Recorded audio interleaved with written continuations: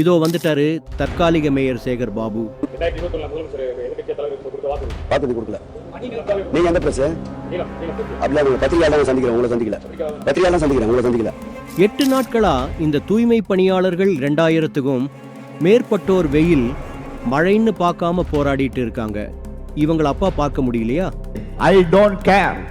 மக்களோட ஓட்டு வேணும்னு பல பொய்களை வாக்குறுதிகளா கொடுத்து மக்களை ஏமாத்தி இப்போ தமிழ்நாட்டோட நிலைமை எங்க வந்து நிக்குது தெரியுமா? எல்லாம் அங்கதான் சார் போயிட்டு இருக்குது.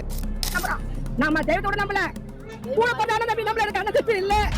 அண்ணனா நினைச்சு கேக்குறேன், நீ எங்களுக்கு உதவி செய். இது மேல பத்தி என்னால பேச முடியல. வெயில் மழைன்னு பார்க்காம உழைச்ச மக்கள் முதலமைச்சர் இருக்காரு, நம்மள பாத்துக்குவாரு என்று இருந்த மக்களை இப்படி கைவிட்டு இருக்கீங்களே. எப்படா உன்னால நிம்மதியா சோறு திங்க முடியுது?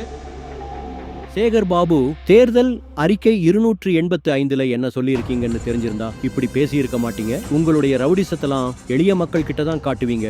இவ்வளவு நாள் போராடுறாங்களே, அந்த மக்கள் நீங்க கொடுத்த வாக்குறுதியை நம்பிதானே அவங்க போராடிட்டு இருக்காங்க. மக்கள் என்ன ஏமாளிகள்னு நினைச்சிட்டு இருக்கீங்களா?